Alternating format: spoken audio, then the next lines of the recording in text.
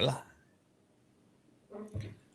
Army-Navy, the first 5 bowl games and college football playoff thoughts. Initial college football playoff thoughts. I know it's still early, guys. That's what we've got on tap here this week on the Blitz. Joining me, as always, my good friend and yours, Ralph Michaels.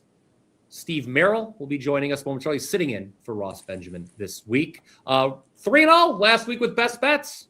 Ralph, second time in the last 3 weeks on the show. But hey, no time to talk about the past. Let's talk about the future. That's what we're here for. Give you guys some actionable info, not just for the games on Saturday, but like I said, the early bowls early next week as well. Army-Navy, Ralph, a storied history, obviously, no doubt. I am sure that you have a lot of systems and trends you can share on this game, and your best bet for the show is on this game as well. So why don't you break it down for the people?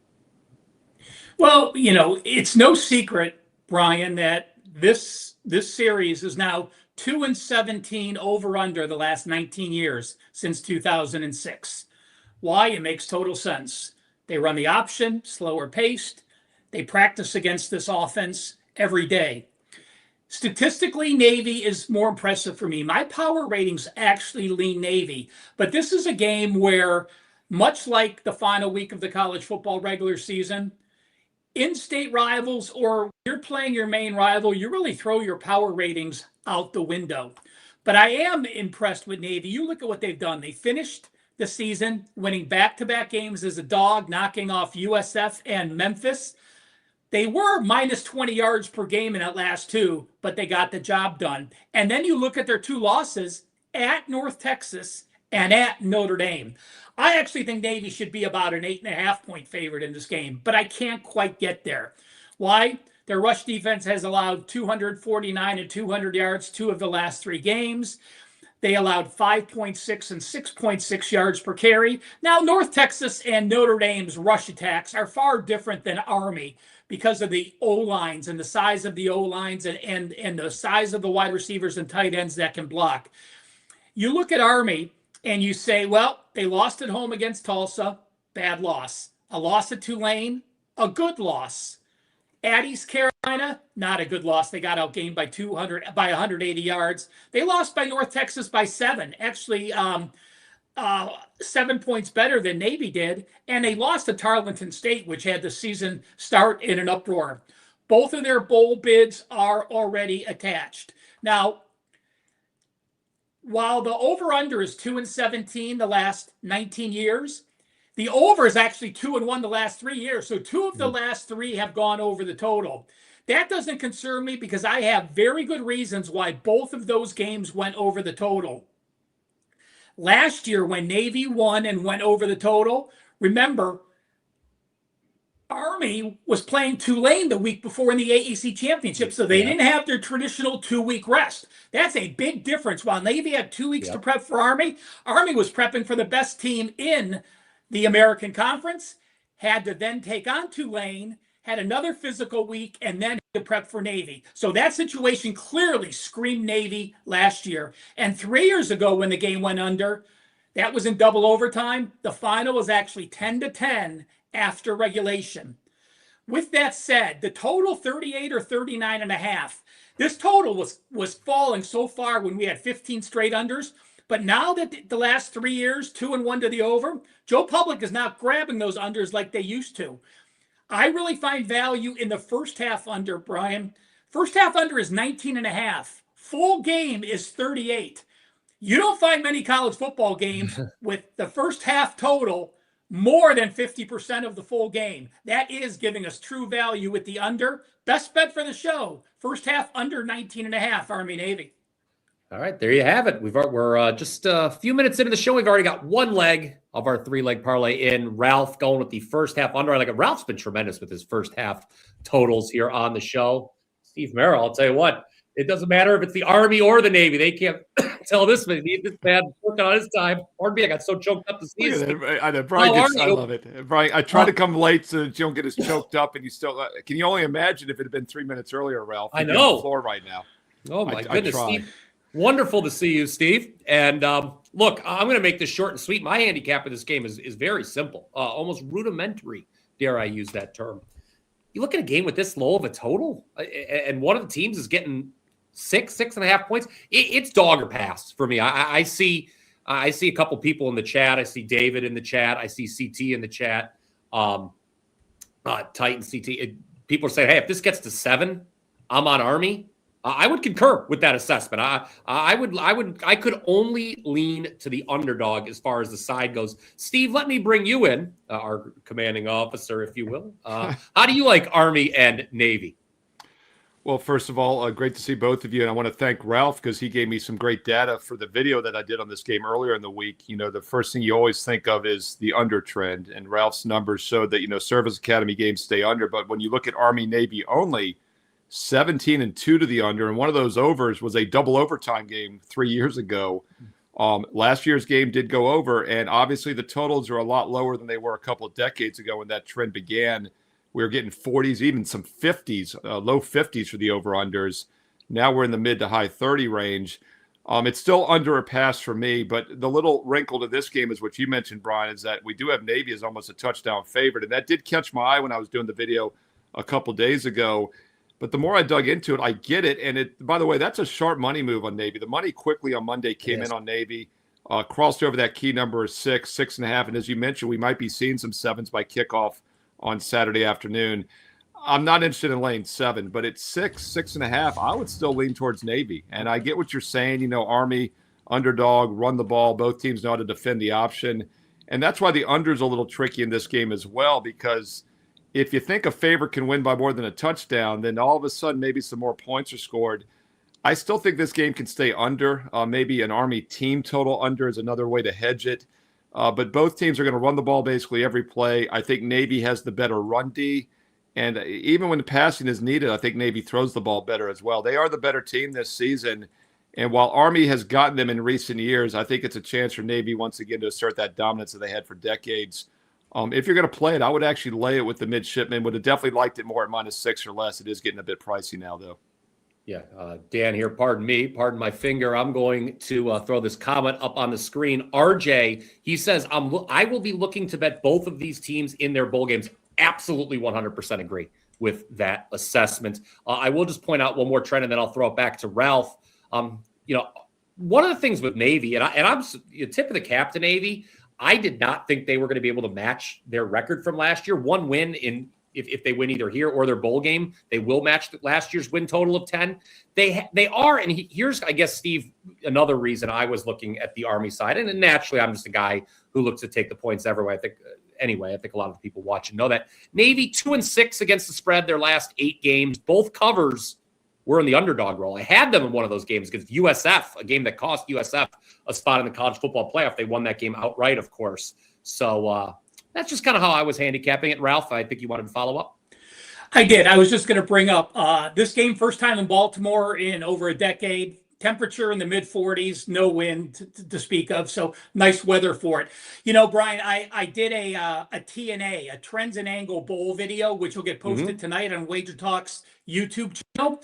But since we talked Army, Navy, and someone had said they wanted to back them in the bowl, this is one of those situations I talked about on that. We'll bring it up again when Army and Navy are playing in their bowls. But just to give you guys some foresight, in Service Academy and bowl games, you have to remember this. You don't have opt-outs. You have very few transfers.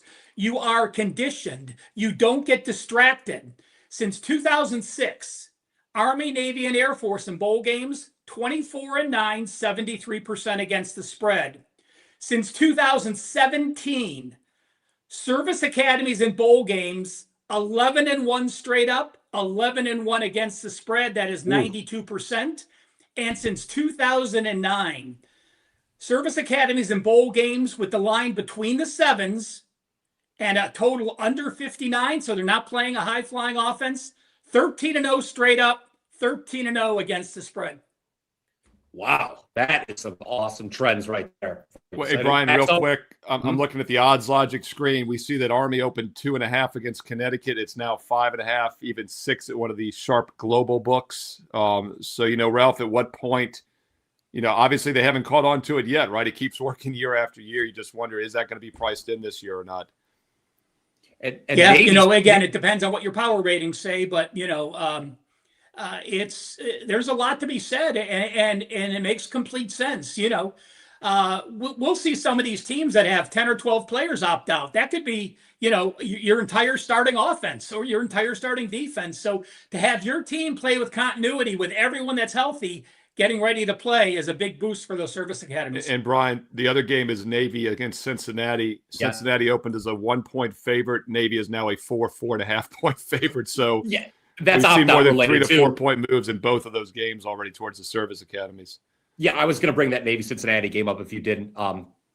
Sorsby not going to play for Cincinnati, it looks like. So that's opt-out related. Again, Ralph brought it up. Army and Navy, they're not doing it. They're the two teams you can count on not having opt-outs. So, yeah, money's moving. I know we're getting a little bit ahead of ourselves. It's a long bowl season. A lot can change between now. I mean, Navy's not playing their bowl till January 2nd, only December 11th right now. So we'll, of course, have more analysis on that game coming up on the Blitz in coming weeks. You know what, though, guys? If you are going to play Army and Navy, play them now because it's only going to get worse. Because other guys might opt out. And remember, what happens is the bowls always have to start after the championships, obviously, because the semesters end and they start getting grades. Players that play January 1st or that last week in December, the grades come in and we see a lot of those teams lose their players because they're ineligible because of their grades, because they were seniors. They really didn't care. They thought they would have a shot to play further. So, again, if you want to play a service academy, I would play the opener every season. Just jot that down. Yeah, so they're taking money. Navy's taking money for Saturday. The story is Ralph gave you a best bet there on the first half under. Certainly history, even though 2 of the last 3 years has gone the other way, history does favor the under in this rivalry. And then we got a little back and forth here as far as the spread. Money coming in on Navy, though. So, okay. We're going to cover the first 5 bowl games today on the Blitz, one of which is Saturday, the LA Bowl between Boise State and Washington. But before we start diving into these first bowl games, Ralph, you mentioned the video you're doing. You're talking a little TNA. It's upcoming here on the WagerTalk YouTube page. It's a good time, guys, for me to remind you.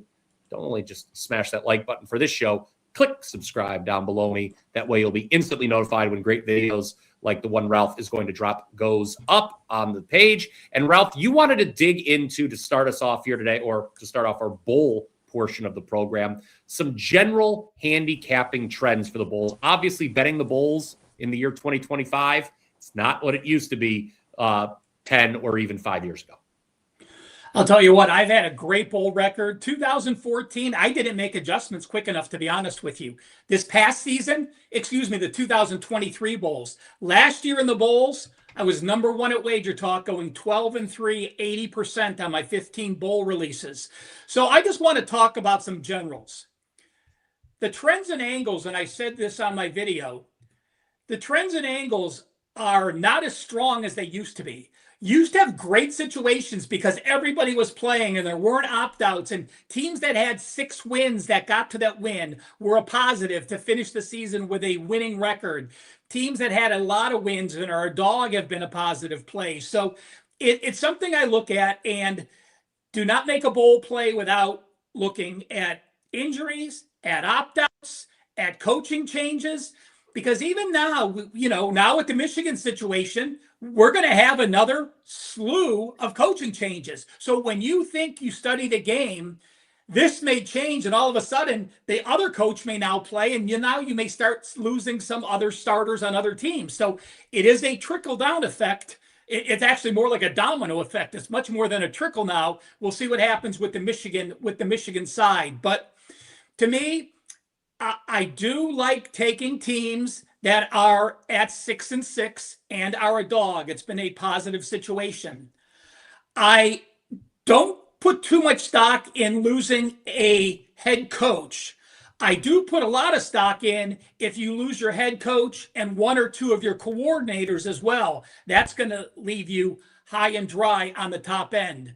Couple things I just want to mention.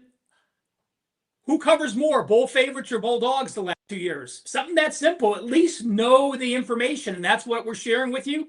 Since 2023, bowl favorites are 33-41, 44.6%. So bowl dogs are 55%. Bowl favorites of 9 or more are actually 59%. So basically single-digit favorites in bowls from -1 to -8.5. 23-34, 40.4% against the spread. That does not include playoff games, the expanded playoffs or the 4 prior. Playoff games, guys, favorites in playoff games since 2021, 15-5, 75% against the spread. Favorites with a high total of 56 or more, just 2-3.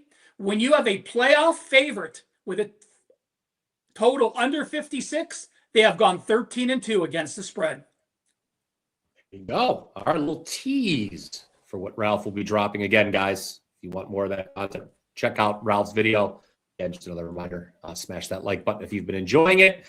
So without further ado, let's get into the bowls. The LA Bowl, this is rare. Usually Army and Navy has the Saturday to itself, but not this year because the LA Bowl has intruded upon the Army-Navy game, I guess for lack of a better term. It's a good game. Boise State and Washington, good matchup. Washington, looking at the odds screen, they've taken money. I thought that the number did open a little bit low, at least per my power rating. Of course, I think we're going to mention this a million times over the next couple of weeks, guys. Power ratings, you sometimes have to throw them out. You have to be cognizant of the personnel, who's opting out. Like Ralph said, our team's going through transition with coaches. We're going to be talking about one of those teams a little bit later, at least for my best bet. But here, it doesn't seem like there's going to be a lot of opt-outs, guys. So, which makes the matchup even more attractive. Maddox Madsen, I think, is going to play for Boise State. He returned in the Mountain West Conference Championship game. Caught the show last week. Boise State was my best bet on the show. They wiped the floor with ULV for the second time this year. And Washington, it seems like all their stars are going to play as well. No coaching vacancy, no coaching changes here to talk about. So, Steve, I'll throw it to you. Thoughts on Boise State, Washington, kind of, I guess, the rare matchup in this era of bowl games where we don't have a lot of opt-outs and we can actually look at the regular season and pull some things from it.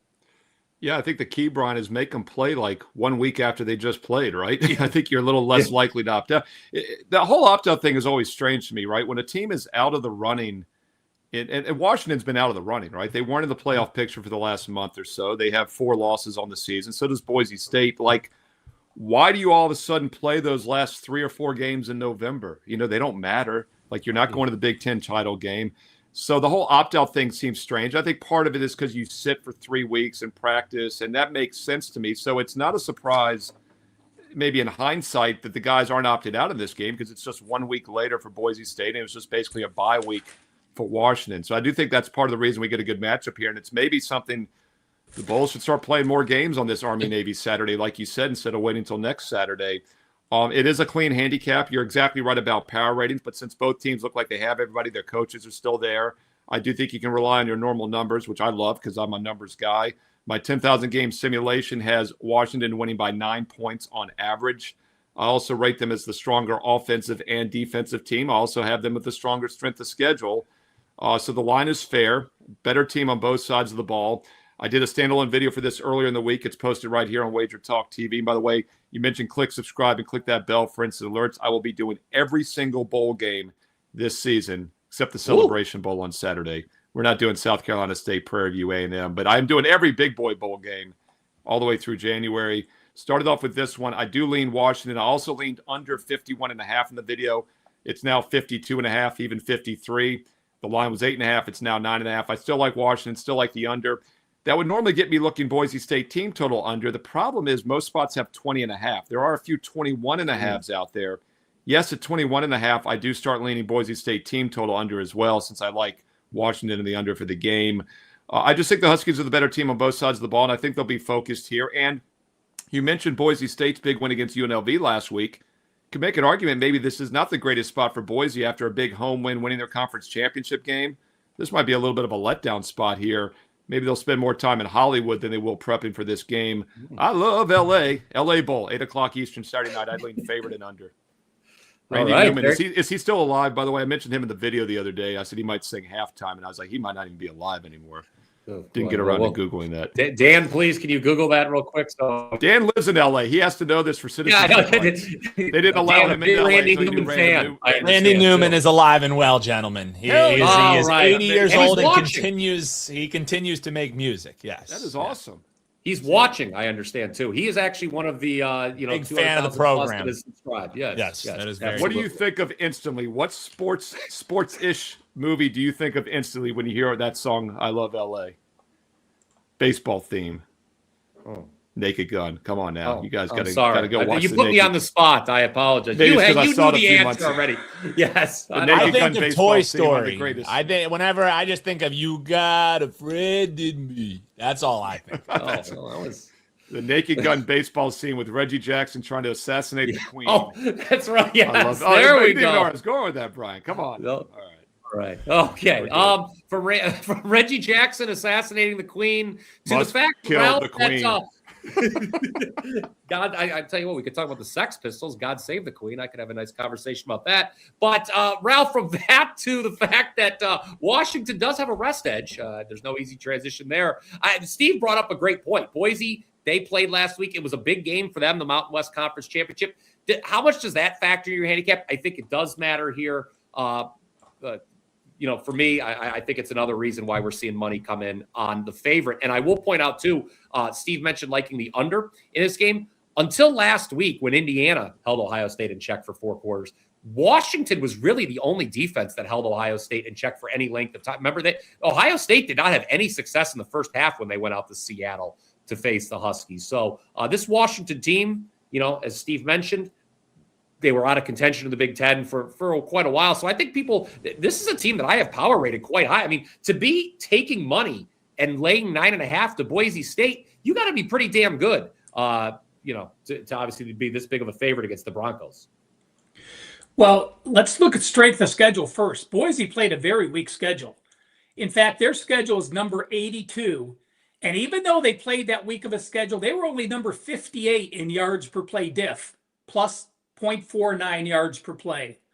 Washington played the schedule ranked number 44. So they played 36 slots better, and they were 47 spots better. They were number 15 in the country, top 20, at plus 1.61 yards per play. BYU played one of the fastest tempos this year, number 10, 73.5 plays per game. But Washington was number 98, averaging only 64.5 plays per game. And when Washington played a winning team, they averaged under 60 plays per game, which was number 122 in the FBS. Steve, before you logged on, I talked about Army-Navy last year. And remember, Army played Tulane in the AAC championship. So they had a physical team while the opponent was prepping for them for 2 weeks. Not quite the situation because Washington didn't know who they were playing. But BYU up and down that field against UNLV, we saw their defense on the field for 72 plays against the Rebels, and they allowed 184, 5.4 yards per carry. One number I do have, remember the bowls. Up until this year, we never had a bowl that started prior to the Saturday after Army and Navy. But with the expanded playoffs and those 2 playoff games where there are no other bowl games, that just shrinks the bowls to too small, so they had to start them earlier. There aren't many situations where a team played with 13 days or less of rest playing in a bowl game. But if you are a favorite with under 13 days of rest, you've gone 25-14, 64.1%. So there is something being the better team with that continuity of a traditional bye or less than a traditional bye week. I do think Washington gets the job done. Won't make my card because you always got to be afraid of Boise in a bowl game. It started the whole world with with their Oklahoma win back in the Fiesta Bowl, and they continue to pull out a lot of those tricks. So no action for me in the game. Certainly lean Washington. Yeah, let's just put a bow on it here. Steve, just want to wrap up. This is going to be Washington laying the number is going to be your best bet for the show here today. As we I like it, and I like that angle. Ralph, is that an against the spread angle, the 25-14 ATS? That is ATS for the favorite, Steve. Yes, love it, because that's actually an angle I had not stumbled upon. That was some of the premise behind the handicap, as I mentioned earlier, Brian, is that guys aren't opting out because this is like a traditional bye week against a team coming off a conference championship win, traveling on short rest, basically.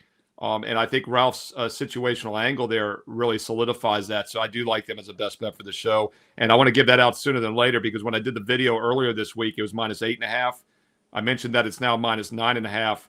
One of the sharper global books has a -10 now. Yeah. And there's about a 3 to 4% chance that Washington wins this game by exactly 10 points. It's a very key number. So if you're going to play it, I would lay it sooner than later with the Huskies -9.5. All right. That's 2 legs of our 3-leg parlay now in the books. Again, we're trying to sweep for the 3rd time in 4 weeks. Mine will be coming up in just a little bit. But now we're going to move to the Veterans Bowl between Troy and Jacksonville State. I hate when they pair 2 teams that I wanted to play against. And that's what we have here. I don't think I'm going to be getting too involved in this game. Troy, look, they were a massive underdog last week on Conference Championship weekend against James Madison. Of course, Jacksonville State, kind of an interesting matchup here because you have 2 teams that obviously lost their Conference Championship game. We just talked about a game where one team was involved in Conference Championship weekend, won, and its opponent was not involved in Conference Championship weekend. But here we have 2 losers, the loser of the Sun Belt Conference Championship game against the loser of the Conference USA Championship game. I cannot lay it with Troy. I thought Troy was one of, no offense to Troy, I thought they were one of the worst teams to ever be in a conference championship game. Quite frankly, you look at their yards per play differential, it stinks. But Jacksonville State, nobody thought this team was going to make a Conference USA Championship game. They, Rich Rod going back home to West Virginia, they defied expectations. So I don't know, real quick, I'll just open the floor to either of you guys. This is not a game that I, as of right now, have a ton of interest in. Well, it is an in-state game for both teams, Yes. so at least they will have some fans there. We won't have to look at one of those empty stadiums that we sometimes see in these early bowls. Let me just break down the stats. Troy played a weak schedule. Number 93 in the FBS. They were number 117th, getting outgained by almost a yard per game, -0.95. Jacksonville State is number 63 in yards per game diff, so they are 54 spots better. The problem is this. There's 136 FBS teams. Jacksonville State has played the number 142nd toughest schedule. So that means at least 7 FCS teams played a tougher schedule than Jacksonville State. I was leaning Troy, but I'll tell you what, I can't get there with their best running back, Meadows, over 700 yards, 4.2 yards per carry. It doesn't sound great, but for Troy, it's significant because their number 2 rusher only has 333 yards and 3.9 yards per carry. I don't think they're going to be able to establish the run. I do think Jacksonville State will be able to establish the run. We've seen the rush defense for Troy away from home allow over 200 yards per game and 5.4 yards per carry. This Jacksonville State team rushing for 250, 5.6 yards per carry. Rushing matchups, one of Troy's best players opting out, does have me with Jacksonville State and the Gamecocks. Yeah, and Troy also is going to have an issue at quarterback, Goose Crowder. At least it looks that way. Obviously, guys, stay tuned to those injury reports. But Crowder, the quarterback, was seen. He left the Sun Belt Championship game with an injury. He was on crutches afterwards. So it could be Tucker Kilcrease, who did start 7 games this year. So it's not like he's a guy with no experience. But that is something to monitor there. For the what, Brian, though, Kilcrease, let me just say this. Crowder, 56.7%, 11.5 ratio. Kilcrease, 58.3%, better, a 9.5 ratio. And Kilcrease has a better YPA. So it's not the drop-off you might expect. Yeah. It's just that, he got a lot of playing time with Crowder hurt earlier, and they just gave, Jared Parker just gave his starting quarterback back because they were so close. So not quite the drop-off you might think with saying, I lost a guy who started the last 8 games. Yeah, absolutely. Just wanted to note it there. Steve, again, just if you wanted to put a bow on it, 2 teams off conference championship losses. How do you, it's hard because normally you would think, all right, maybe this team's just going to be in a letdown mode. But we've got 2 teams in the exact same situation here. I'll say this. I think the sure thing in this game is that Jacksonville State's going to run for more yards offensively, rushing the ball. And I'm getting more than a field goal dog here that I'm almost 99% certain is going to win the rushing attack in a bowl game on short preparation time for Troy. Jacksonville State runs the ball in about 67% of their plays. average over 259 rushing yards a game. And then on top of that, Troy is not a good offensive team, terrible rushing team, 2.8 yards per carry. And as Ralph mentioned, their top running back is opting out. And as you mentioned, Brian, their quarterback is injured, questionable. Now, they made the switch after early November, so I really think there's two mediocre quarterbacks. I don't worry too much about that. But still, maybe missing your preferred quarterback, missing your top running back, and they're laying points here, and they're coming off the loss to James Madison. Meanwhile, I liked Kennesaw in that game against Jacksonville State. I did a video for that game last week. I recommended Kennesaw. It was a quick revenge spot for Kennesaw State after losing in November 15th in a game which they had a 31-18 first down edge against Jacksonville State. So I don't really penalize Jacksonville State for losing that game. I think they might be the better team. I definitely think they're the more focused team in this game. And they're almost a 99% certainty to have more rushing yards. I'm getting +3. They look like a live dog on Tuesday night. Yes, go ahead. Thank you I was going to mention that, Steve. This game takes place Tuesday night, 9 o'clock Eastern. And as Ralph mentioned, it is in Montgomery, Alabama. Jacksonville State is located in Alabama. It's not located in Florida. Some people still may be unaware. Of course, Troy also in Alabama school. All right, we've reached the halfway point of the program. Let's talk about what we've got going on at WagerTalk.com. For me, I've already loaded my Sunday NFL card. Did it this morning. Very excited about this Sunday's NFL card. We've won 67% of our NFL sides and totals the last 4 weeks. I have 3 plays you can currently get for just $29 on Sunday, including my top play for Week 15. I'm also playing Sunday Night Football. I've got a total that I'm playing this week as well. I am 4 for 4 with NFL totals this season. I've not played a ton of totals, but I have won all of them. So you can get all 3 plays currently at my page, wt.buzz/pp, right now for $29. But don't forget, we have expanded at WagerTalk.com the Weekend Warrior Pass. It used to be only football for Saturday and Sunday. Well, now for $49, you get every sport. Now I'm doing college basketball, soccer. You got the NBA. The NBA Cup is this weekend. So there's a lot to bet on this weekend. And we will all, I'm sure Ralph and Steve will have you covered as well. So do I, wt.buzz/pp. Again, 3 NFL plays up for Sunday. $29 if you want them right now. You can get that Weekend Warrior Pass, though. Get every other play I release in every other sport for $49 Saturday and Sunday. Ralph, I'll go to you next. Another special, Brian, is our bowl special. $149 gets you every bowl release from your favorite handicapper. Want to mention a couple records. Last year, Wager Talk, 12-3, 80% in the bowls. That was number 1 in profit amongst the site.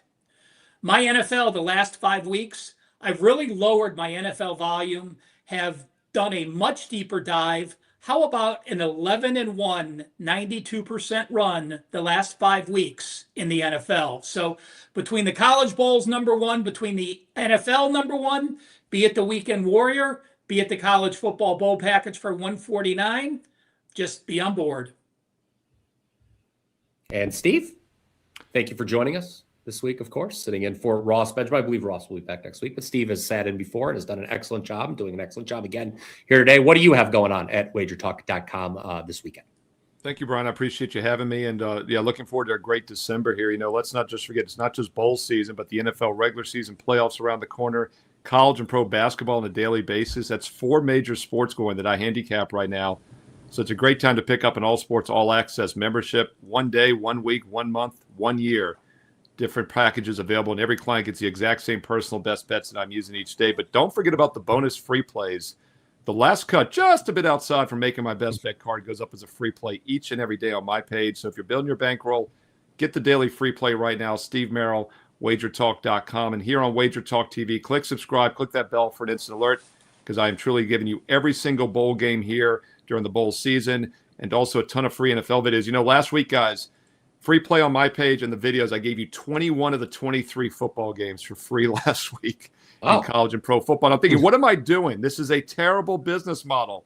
But then I realized, these are light opinions. A lot of the games we're talking about today, light leans, right? The only way to know my official best bets is to go to WagerTalk.com. You can get there quicker with shortcut wt.buzz/SM. All right. Steve Merril, a busy man this holiday season. It added up fast. I realized I'd done 20 of the 23 games, and I posted one Sunday as my free NFL play. So it was 21 of the 23 And yeah, I'm as you guys know, right? We're already handicapping these games, right? So why waste the information? Let's make it available, do videos, and that's the same concept of that free play every day. It's truly the last cut. And you never want the game you drop from your best bet card to win. You're always kind of like, I should have used it. But when you put it up for a free play and thousands of people get it, it's a nice little hedge. Absolutely. And of course, Ralph, as he mentioned earlier, he's got his TNA video coming up for the Bulls. You can catch me basically doing a million different shows, Full Court Press with Adam Trigger and Rob Vino every Monday through Friday, 10 a.m. Eastern. Deep dive in the college basketball card. I've got the Power 5 coming up this weekend. I subbed in for the Prez on the best betting show ever. It was Joe Ranieri and I, which was such a lovely 30 minutes for me. Brian. How apropos. Yes. We came full circle. Yes, Steve and I, we don't. It's nice to work with you here, Steve, on the show this week. Some we don't see people because think we're always person. doing so many shows, the two of us. Some people think we're the same person, so this is proving them wrong. Yes. All right. Let's get to the next bowl game, guys. I know that we're going out. There's still some days in advance, but look. This show, of course, live. Ralph, Ross, and I have been doing it all season live. Every Thursday, 1 p.m. Eastern. So these bowl games we're just going to hit real quick. We're not going to have a chance to talk about them, obviously, when we go live next week. And our next one, I have a very strong take on the next game. It is the Cure Bowl, which takes place Wednesday, December 17th. I talked about this game earlier in the week with Andy Lang on WagerTalk today. I did a segment, 2 bowl teams to fade. You could check that out right now elsewhere here, not only on my page, wt.buzz/BP, but on the WagerTalk YouTube channel. Guys, I'm going to run through this real quick. I like Old Dominion a lot in this game. USF is a team this is a client play, by the way, for me. I'm going to give it to you for free right now. USF, I am definitely looking to fade, is one of the top teams I'm looking to fade this bowl season. Why? It's a program in transition. They're going through a coaching change. Alex Golish, he's off to Auburn. He's being replaced by Brian Hartline, who's the offensive coordinator at Ohio State. You're going to have new players coming in, existing players, maybe looking to go elsewhere. You got a new coaching staff heading to Tampa. So the existing group is wondering about its future. On top of that, I have to wonder, far be it for me to question another human being's motivation, but I have to wonder, even the USF seniors, are they excited about this final game? This is a team, USF, that had college football playoff aspirations less than a month ago. Now they're playing in one of the very first bowl games, and it's not even a destination. It's just a hop, skip, and a jump across the state from Tampa to Orlando. So I don't think we're going to get a real solid effort from the Bulls. And keep in mind, I felt this way. I talked about this game on WagerTalk Day before the key opt-out was announced on Wednesday night. Quarterback Byron Brown, he's not going to play. I'm pretty sure he's not going to be the only USF player making that decision. I know ODU's starting quarterback Colton Joseph, he's hit the portal, but his likely replacement is a guy, he's made one career start. He ran for over 200 yards in it. Oh, by the way, I just think the USF QB situation is a little murkier. Whoever's going to replace Brown, not a lot of experience there. Keep in mind, it remains to be seen who's going to be calling plays for the USF offense as well. The market, it initially moved towards ODU, even with the Joseph news. Then we saw a second move after Brown opted out. No surprise there. I think ODU is going to be motivated. They were not in a bowl last season, and it's just their 4th bowl game ever for the record. So ODU is going to be more motivated. I know that we're not getting the best available number anymore at 3.5.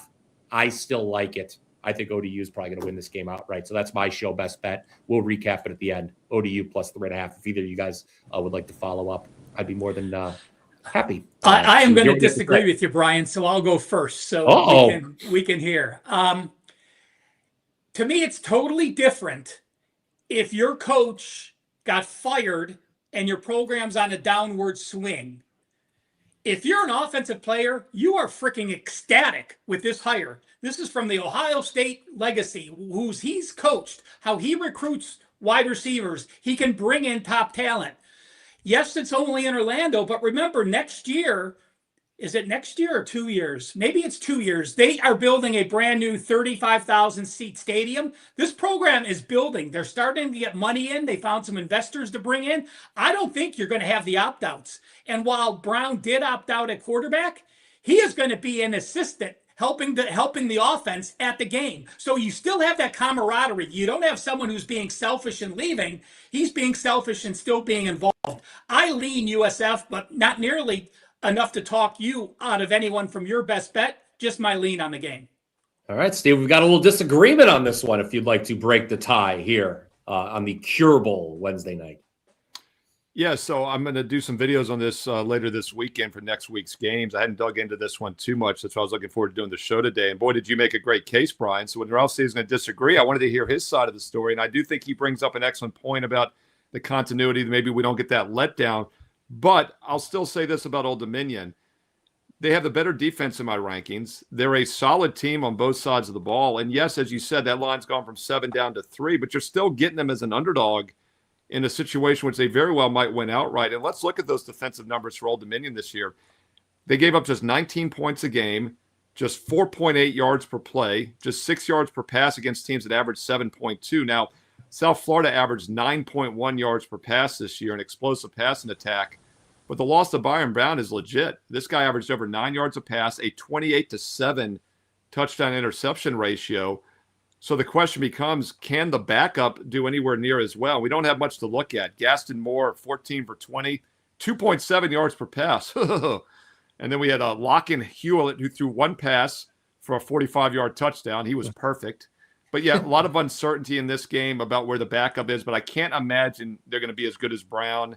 And Old Dominion is a good defensive team. So, I think your handicap makes a lot of sense. I wouldn't let that line move from 7 to 3 scare you because you're still getting ODU plus a field goal in what could be a straight up win situation. Yeah, I remember last year it was Christmas Eve. I bet this USF team. I remember Brown's status for that game was a big question mark. He ended up not playing. I remember just on a personal level, I remember like borderline convulsing in bed because that game came down to 2-point conversions and I had plus 2.5. And then both teams were kicking extra points to force extra over in the first overtime. I remember cashing that play. I had to be quiet while you got to love the new rule, right? That you go for 2 points. Yes, my daughter was dreaming of Santa Claus and my wife next to me was asleep and I was trying not to make it convulsing. And she's like, "Are you okay?" I'm like, "Oh, honey, I'm just watching the Hawaii Bowl." Hey, Bryan, I want to bring up two. I was going to say, Ralph, real quick, if I'm not mistaken, I think Old Dominion's quarterback has entered the transfer portal. Yes, he has. Joseph has. Yes. So Quinn Heineke or Hinnkel, I don't know if it's a Heineke relative or not, who obviously was the star that went to the Redskins. So that's a concern there too. I mean, both quarterbacks out, I guess you can maybe make a case for the under because once again, this has gone from 57 to 54. And as I said, Old Dominion's had a good defense this year. Steve stole my thunder. Next time, come to me first, Bryan. I figured that was not where you're going with it. Steve jumped in first. Ammunition for your reason to play against Old Dominion earlier. Old Dominion only played 3 teams with a winning record this year. But when they played those teams, they only averaged 54.3 points per game. That was last in the FBS. While USF is a fast-paced team, number 34 in the country at 69.7 plays per game, you can't run at that pace with a quarterback who doesn't know the offense like Byron Brown does, a multi-year starter. So I agree with the under as well, Steve, that, USF is going to play as slow as they have. We know Old Dominion is going to play as slow as they have. And USF, even though Brown has a lot of yards, you also remember Brown was the leading rusher on the team, 904 yards. The next leading running back, only 546 yards. So I'll add an under into the mix for me as well.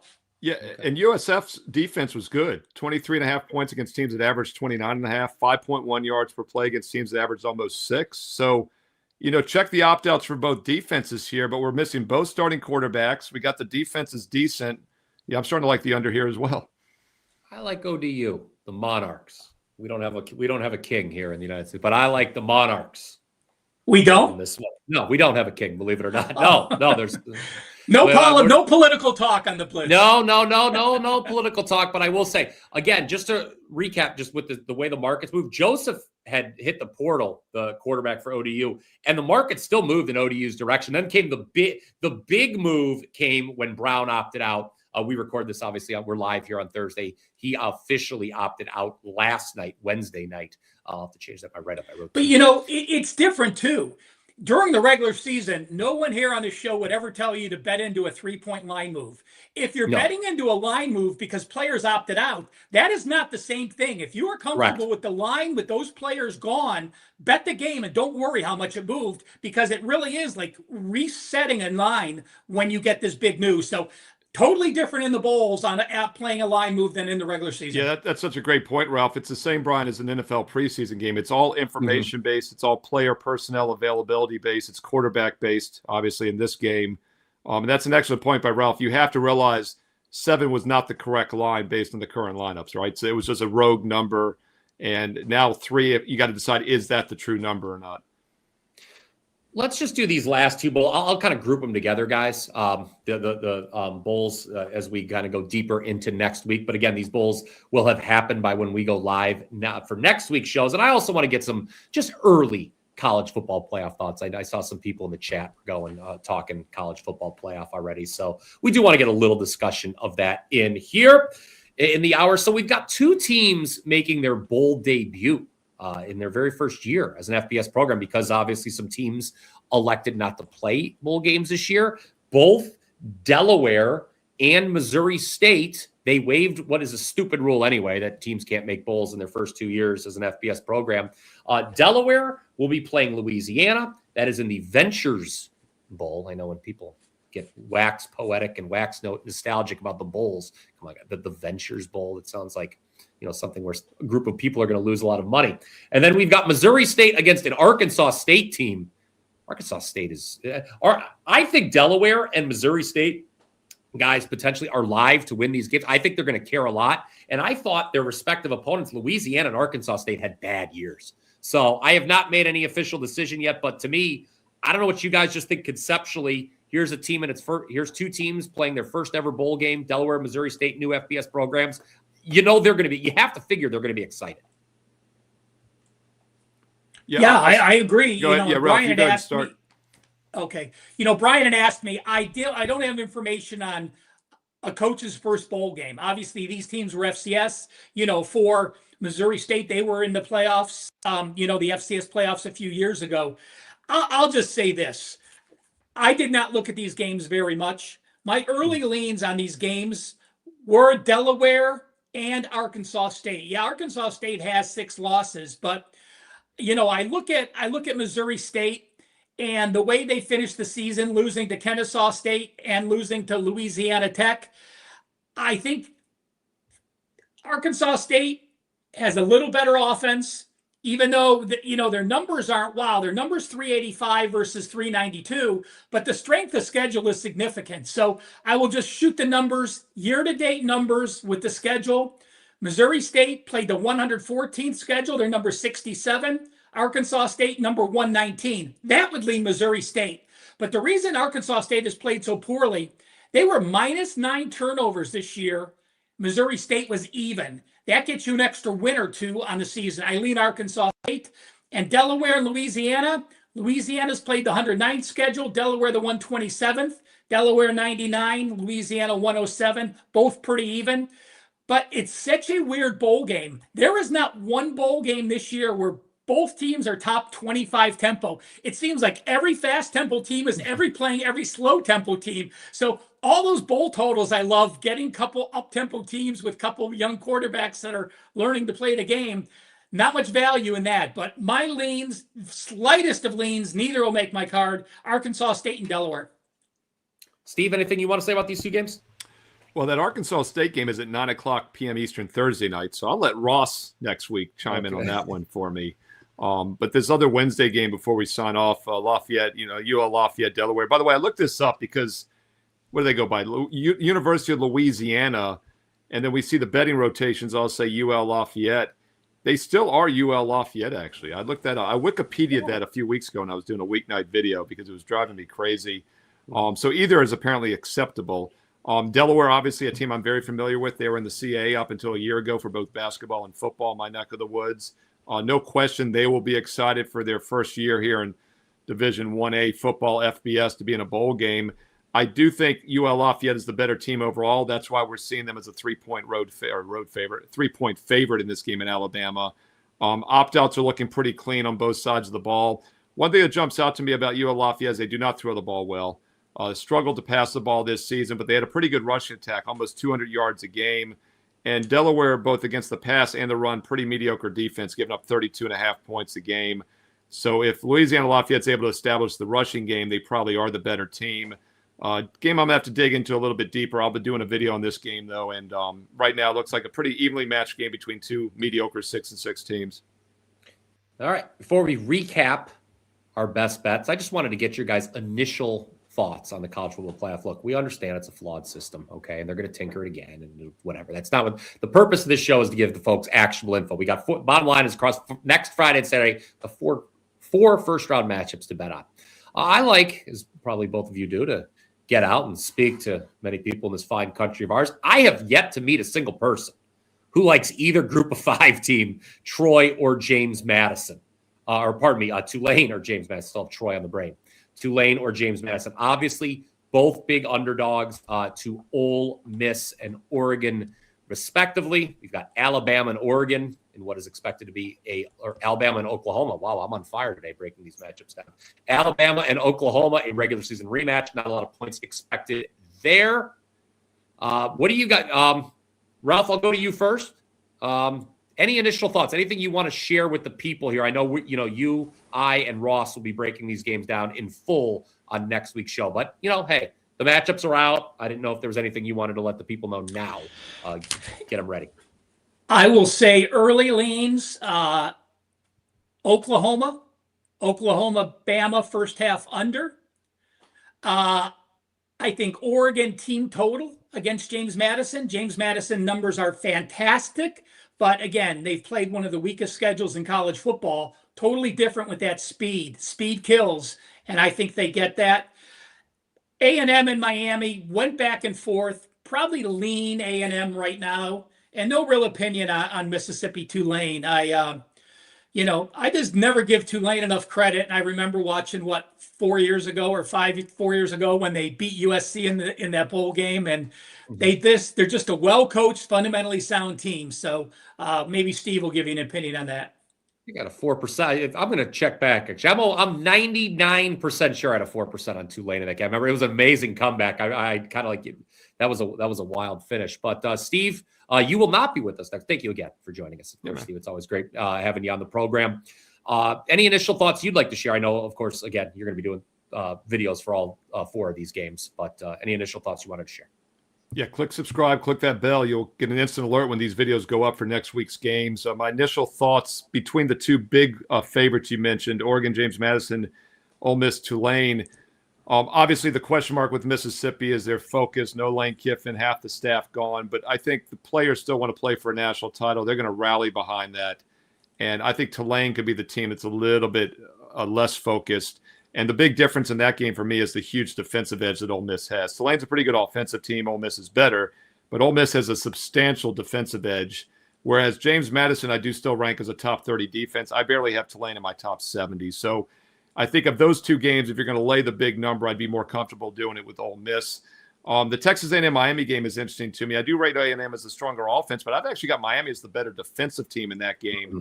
And we'll see if this is like the NCAA basketball tournament, right? The team that everyone thinks shouldn't get in always seems to go on a run, whether it's one of those first 4 teams or one of the last in, last out. The committee normally gets it right. And I don't know if this is the same as the basketball committee. It's 13 secret voters in a room that are non-accountable. So not a shock Miami got in, but we'll see if they make a run. And we often see that in the basketball tournament. Yeah, I would agree. And we'll be talking about that again next week. But I'm in line with you that Miami, I think it's very interesting. You're going to hear all for a week. Oh, should they belong? Should they even be here? And we'll see. Cristobal, though, always a question mark. But again, that's more for next week. Ralph, compared to Miami and James Madison, Miami should be in over James Madison. They need to change the conference rule. Yeah, they did. Look, the ACC screwed it up. Look, you want. I guess I could speak up. The ACC screwed the whole thing up. And I think what we're going to see moving forward with the college football playoff is if there's not a clean head-to-head tiebreak in these massive conferences, they're just going to put the 2 top teams in by college football playoff ranking. It's what they should do. And if we had that in the ACC, where it'd be Miami versus Virginia, then the ACC would have been guaranteed an automatic qualifier. Notre Dame would have got in, and we'd only have 1 G5 in, and no one would. Well, I'm sure someone would find something. They already did a press release. They said they're redoing them already, so they're working on them as we speak already. That's how. Yeah, and again, last year they weren't ready for the fact that the Big Ten and SEC were so much better than the Big 12 and ACC. So the idea that the 4 conference champions got those automatic buys, that was foolish. They got rid of that after 1 year. They're going to fix this. So there you have it. They do it on purpose, Brian. And we've already spent 5 minutes talking about it. They do this on purpose so that we talk about it. That's my conclusion. I agree. The powers that be in college football, I just think they love people arguing about this rather than the game. They had 2 teams for a decade, then they went to 4 teams for a while, then they jumped to 12 overnight. Like, that wasn't doable to get to 8 a couple years earlier. And like, why aren't we at 16? And we're going to be at 16 here in the near future. So it's like, I'm very condescending with it. I don't feel like they do it on purpose, but I do think they get some intrinsic value from all the controversy, as you know. My only bitch is their inconsistency from one week to the next. I'd rather not even have a playoff show. Hell, you just got to worry about playing and not worry about looking at. Yeah, I do like that, Ralph. No ranking until the final week, right? Yeah, I like kind of where you're going with that. I agree. Yeah, screw that. That's the whole issue, is the committee saying one thing one week and the next week changing it, and then jumping a team up or down for no reason. Right. So exactly. Miami and Notre Dame don't play. From my understanding, I don't pay much attention to it, but Notre Dame was ahead of them every week, including that week in the rankings, right? Yeah. So the only thing that was somewhat connected by the 6 degrees of Kevin Bacon was Duke beating UVA made Miami stronger, I guess. I mean, it doesn't make any sense whatsoever. No, it didn't. So again, the only college football show you should make sure you're tuning into each and every week is this one right here, live every Thursday, 1 p.m. Eastern, the Blitz. But of course, check out all of our individual videos as well. Steve, my goodness, what an undertaking that is, Steve Merril, previewing every bowl game. Ralph, his trends video is locked and loaded. I'll have you covered with the Power 5 this weekend. Dan, let's throw those bets on the screen before we say goodbye to fine people. Steve Merril joining us. He likes Washington in the L.A. Bowl. Land 9.5. Bet it now, guys. It looks like that number's on the move against Boise State. Ralph, he's looking at Army and Navy. That's also this Saturday, of course. First half under 19.5.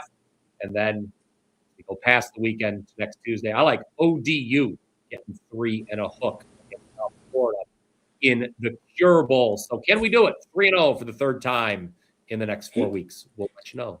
Next Brian, after Steve and I go 2-0 on Saturday, you've got to sweat it out for three. I know. It's not like usual. So we can cash our parlay tickets.